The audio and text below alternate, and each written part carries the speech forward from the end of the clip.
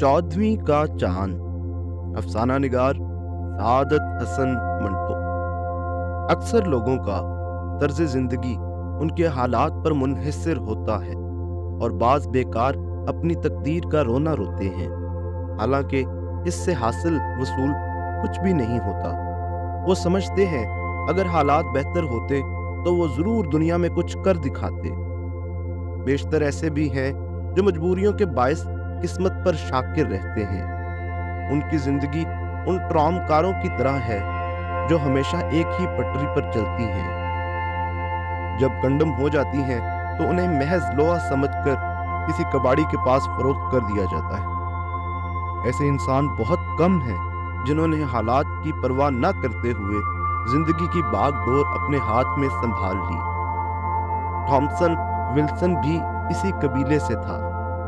उसने अपनी जिंदगी बदलने के लिए अनोखा कदम उठाया और उसकी मंजिल का क्योंकि कोई पता नहीं था, इसलिए उसकी कामयाबी के बारे में अंदाजा लगाना मुश्किल था। उसके इस अनोखेपन के मुतालिक मैंने बहुत कुछ सुना। सबसे पहले लोग यही कहते कि वो खिलवत पसंद है, लेकिन मैंने दिल में तहैया कर लिया कि किसी न किसी हीले से उसे अपनी दास्ताने जिंदगी बयान करने पर आमादा कर लूंगा, क्योंकि मुझे दूसरे आदमियों के बयान की सदाकत पर एतमाद नहीं था। मैं चंद रोज के लिए एक सेहत अफजा मकाम पर गया। वहीं उससे मुलाकात हुई। मैं दरिया किनारे अपने मेजबान के साथ खड़ा था कि वो एकदम पुकार उठा, विल्सन। मैंने पूछा, कहाँ है? मेरे मेजबान ने जवाब दिया, अरे भाई, वही जो मुंडेर पर नीली कमीज पहने हमारी तरफ पीठ किए बैठा है। मैंने उसकी तरफ देखा और मुझे नीली कमीज और सफेद बालों वाला सर नजर आया। मेरी बड़ी ख्वाहिश थी कि वो मुड़कर देखे और हम उसे सैरो तफरीह के लिए साथ ले जाएं। उस वक्त सूरज का अक्स दरिया में डूब रहा था। सैर करने वाले चहचहा रहे थे। इतने में गिरजे की यक आहंग घंटियां बजने लगी। मैं उस वक्त कुदरत की दिल फरेबियों से इस कदर मसरूर हो चुका था कि विल्सन को अपनी तरफ आते न देख सका। जब वो मेरे पास से गुजरा तो मेरे दोस्त ने उसे रोक लिया और उसका मुझसे तारुफ कराया। उसने मेरे साथ हाथ में लाया, लेकिन किसी कदर बेएतनाई से। मेरे दोस्त ने उसको महसूस किया और उसको शराब की दावत दी। मदऊ किए जाने पर वो मुस्कुराया। अगरचे उसके दांत खूबसूरत न थे, फिर भी उसकी मुस्कुराहट दिलकश थी। वो नीली कमीज और खाकिस्तरी पतलून पहने था जो किसी हद तक मैली थी। उसके लिबास को उसके जिस्म की साख्त से कोई मुनासबत नहीं थी। उसका चेहरा लंबूतरा, पतले होंठ और आंखें भूरे रंग की थी। चेहरे के खुतूत नुमाया, जिनसे नुमाया था कि जवानी में वो जरूर कबूल सूरत होगा। वज़ाकता के एतबार से वो किसी बीमा कंपनी का एजेंट मालूम होता था। हम चहलकदमी करते एक रेस्टोरेंट पहुंच गए। उससे मुल्हिका बागीचे में बैठ गए और बैरे को शराब लाने के लिए कहा। होटल वाले की बीवी भी वहां मौजूद थी। उधेड़पुन की वजह से अब उसमें वो बात नहीं रही थी, लेकिन चेहरे का निखार अब भी गुजरी हुई करारी जवानी की चुगलियां खा रहा था। 30 साल पहले बड़े आर्टिस्ट उसके दीवाने थे। उसकी बड़ी बड़ी शराबी आंखें और शहद भरी मुस्कुराहटों में अजब दिलकशी थी। हम तीनों बैठे यूं ही इधर उधर की बातें करते रहे, जो कि मौजू दिलचस्प नहीं थे। इसलिए विल्सन थोड़ी देर के बाद रुखसत मांग कर चला गया। हम भी उसके रुखसत होने पर उदास हो गए। रास्ते में मेरे दोस्त ने विल्सन के बारे में कहा, मुझे तो तुम्हारी सुनाई हुई कहानी बेसरोपा मालूम होती है। क्यों? वो इस किस्म की हरकत का मुर्तकिब नहीं हो सकता। उसने कहा, कोई शख्स किसी की फितरत के मुतालिक सही अंदाजा कैसे लगा सकता है? मुझे तो वो आम इंसान दिखाई देता है जो महज चंद महफूज कफालतों के सहारे कारोबार से अलहदा हो चुका है। तुम यही समझो, ठीक है।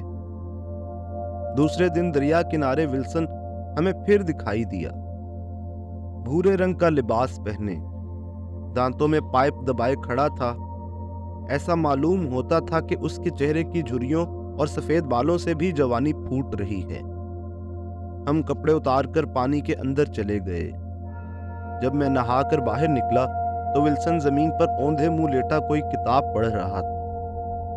میں سگریٹ سلگا کر اس کے پاس گیا۔ اس نے کتاب سے نظریں ہٹا کر میری طرف دیکھا اور پوچھا، بس نہا چکے؟ میں نے جواب دیا، ہاں، آج تو لطف آ گیا۔ دنیا میں اس سے بہتر نہانے کی اور کوئی جگہ نہیں ہو سکتی۔ تم یہاں کتنی مدت سے ہو؟ اس نے جواب دیا، 15 برس سے۔ یہ کہہ کر وہ دریا کی مچلتی ہوئی نیلی لہروں کی طرف دیکھنے لگا۔ اس کے باریک ہونٹوں پر لطیف سی مسکراہٹ کھیلنے لگی۔ پہلی بار یہاں آتے ہی مجھے اس جگہ سے محبت ہو گئی۔ تمہیں اس جرمن کا قصہ معلوم ہے جو ایک بار یہاں لنچ کھانے آیا اور یہیں کا ہو کے رہ گیا؟ وہ 40 سال یہاں رہا۔ میرا بھی یہی حال ہوگا۔ 40 برس نہیں تو 25 تو کہیں نہیں گئے۔ میں چاہتا تھا کہ وہ اپنی گفتگو جاری رکھے۔ اس کے الفاظ سے ظاہر تھا کہ اس کے افسانے کی حقیقت ضرور کچھ ہے۔ اتنے میں میرا دوست بھیگا ہوا ہماری طرف آیا۔ بہت خوش تھا کیونکہ وہ دریا میں 1 میل تیر کر آ رہا تھا۔ اس کے آتے ہی ہماری گفتگو کا موضوع بدل گیا اور بات ادھوری رہ گئی۔ اس کے بعد ولسن سے متعدد بار ملاقات ہوئی۔ اس کی باتیں بڑی دلچسپ ہوتیں۔ وہ اس جزیرے کے چپے چپے سے واقف تھا۔ ایک دن چاندنی رات کا لطف اٹھانے کے بعد میں نے اور میرے دوست نے سوچا کہ چلو مونٹی سلاوو کی پہاڑیوں کی سیر کریں۔ میں نے ولسن سے کہا، آؤ یار، تم بھی ہمارے ساتھ چلو۔ ولسن نے میری دعوت قبول کر لی، لیکن میرا دوست ناسازی طبع کا بہانہ کر کے ہم سے جدا ہو گیا۔ خیر، ہم دونوں پہاڑی کی جانب چل دیے اور اس سیر کا خوب لطف اٹھایا۔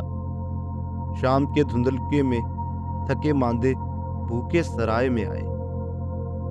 کھانے کا انتظام پہلے ہی کر رکھا تھا جو بہت لذیذ ثابت ہوا۔ شراب انگور کی تھی۔ پہلی بوتل تو سویاں کھانے کے ساتھ ہی ہضم ہو گئی۔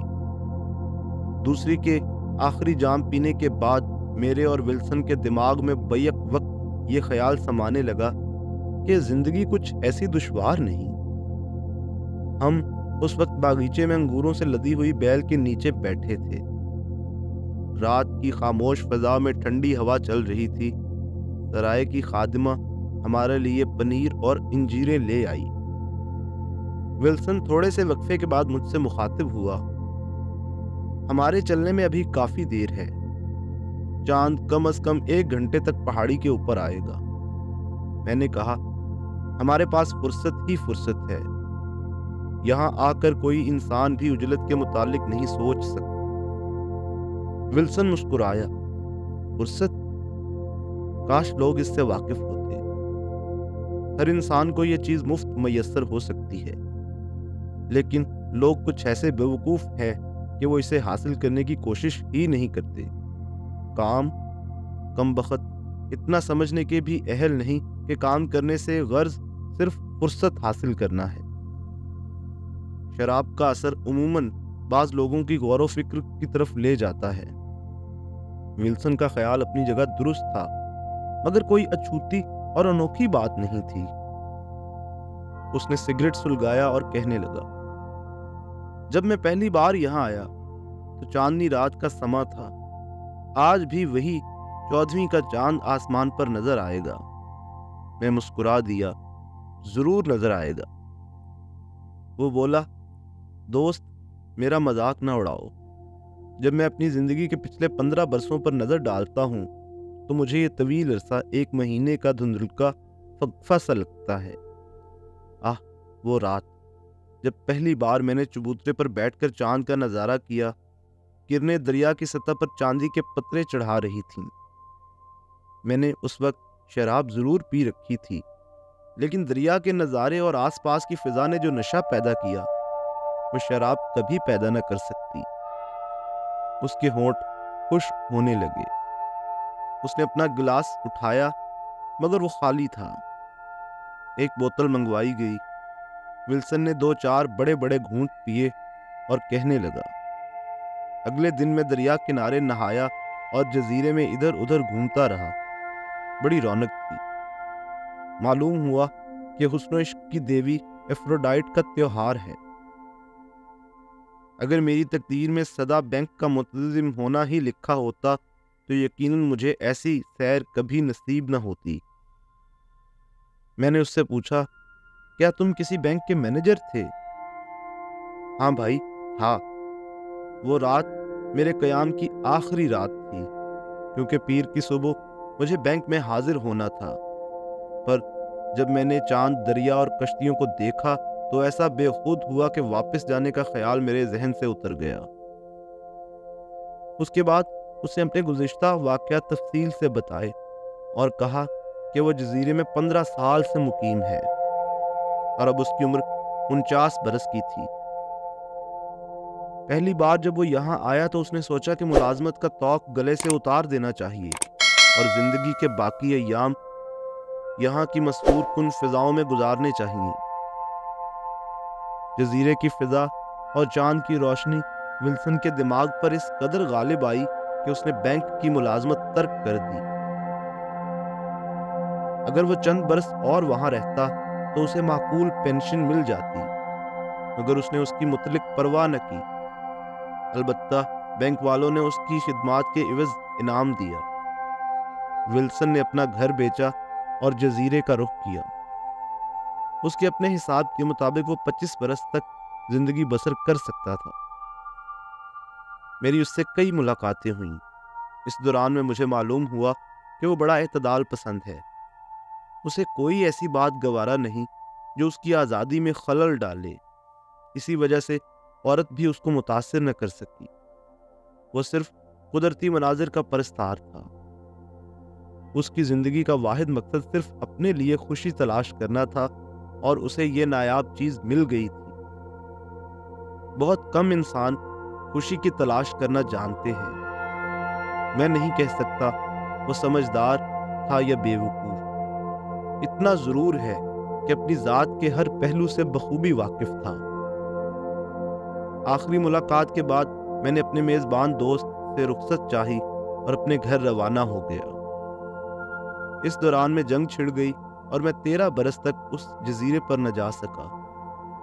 13 बरस के बाद जब मैं जजीरे पर पहुंचा तो मेरे दोस्त की हालत बहुत खस्ता हो चुकी थी। मैंने एक होटल में कमरा किराए पर लिया। खाने पर अपने दोस्त से विल्सन के मुतालिक बात हुई। वो खामोश रहा। उसकी ये खामोशी बड़ी अफसरदा थी। मैंने बेचैन होकर पूछा, कहीं उसने खुदकुशी तो नहीं कर ली? मेरे दोस्त ने आह भरी। ये दर्द भरी दास्तान में तुम्हें क्या सुनाऊं? विल्सन की स्कीम माकूल थी कि वो 25 बरस आराम से गुजार सकता है, पर उसे ये मालूम नहीं था कि आराम के 25 बरस गुजारने के साथ ही उसकी कुव्वत इरादी खत्म हो जाएगी। कुव्वत इरादी को जिंदा रखने के लिए कशमकश जरूरी है। हमवार जमीन पर चलने वाले पहाड़ियों पर नहीं चढ़ सकते। उसका तमाम रुपया खत्म हो गया। उधार लेता रहा, लेकिन ये सिलसिला कब तक जारी रहता? कर्ज खाहों ने उसे तंग करना शुरू किया। आखिर एक रोज उसने अपनी झोंपड़ी के उस कमरे में जहां वो सोता था बहुत से कोयले जलाए और दरवाजा बंद कर दिया। सुबह जब उसकी नौकरानी नाश्ता तैयार करने आई तो उसे बेहोश पाया। लोग उसे अस्पताल ले गए। बच गया, पर उसका दिमाग करीब करीब माऊफ हो गया। मैं उससे मिलने गया, लेकिन वो कुछ इस तरह हैरान नजरों से मेरी तरफ देखने लगा जैसे मुझे पहचान नहीं सका। मैंने अपने दोस्त से पूछा, अब कहाँ रहता है? घर बार तो उसका नीलाम हो गया है। पहाड़ियों पर आवारा फिरता रहता है। मैंने 1-2 मर्तबा उसे पुकारा, मगर वो मेरी शक्ल देखते ही जंगली हिरनों की तरह किलांचे भरता दौड़ गया। 2-3 दिन के बाद जब मैं और मेरा दोस्त चहलकदमी कर रहे थे कि मेरे दोस्त ने जोर से पुकारा, विल्सन। मेरी निगाहों ने उसे जैतून के दरख्त के पीछे छुपते देखा। ہمارے قریب پہنچنے پر اس نے کوئی حرکت نہ کی، بس ساکت و صامت کھڑا رہا۔ پھر ایکا ایکی جوانوں کے مانند بے تحاشا بھاگنا شروع کر دیا۔ اس کے بعد میں نے پھر اس کو کبھی نہ دیکھا۔ گھر واپس آیا تو 1 برس کے بعد میرے دوست کا خط آیا کہ ولسن مر گیا۔ اس کی لاش پہاڑی کے کنارے پڑی تھی۔ چہرے سے یہ صاف ظاہر ہوتا تھا کہ سوتے میں دم نکل گیا ہے۔ اس رات 14ویں کا چاند تھا۔ میرا خیال ہے شاید یہ 14ویں کا چاند ہی اس کی موت کا سبب ہو۔